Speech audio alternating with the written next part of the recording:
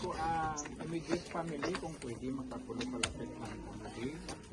Pwede man ang good ni Sister Dumira, yung mga kabataan ko ako.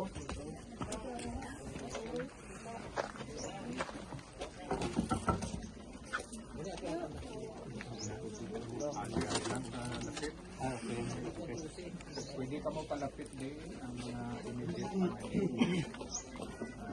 Karoon lang ka matungtungda.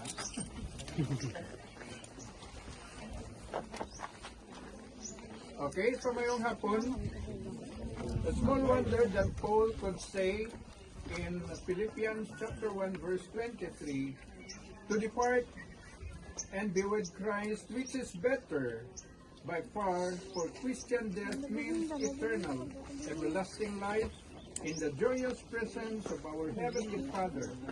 It is an eternal fellowship with the saints of old and our spiritual loved ones. Ito kita sa last viewing natin, mga pamilya, mga open, before sa punisal. Kung may harap na mag-picture, pwede man magtungtong sa okay. Ang last viewing natin ng mga family. Pagdari lang. Antes i-commit siya.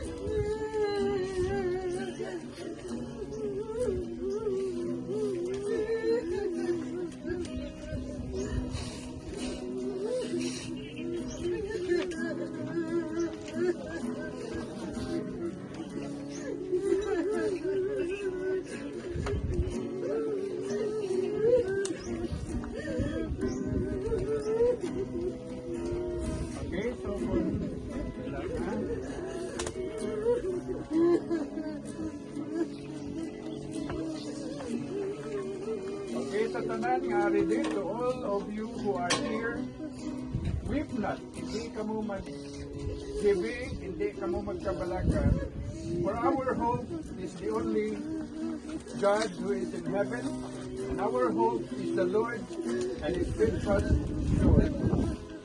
And since death has once more visited us and taken from our beloved Sister Baldomira, it has to become our sad duty to commit her body to the grave.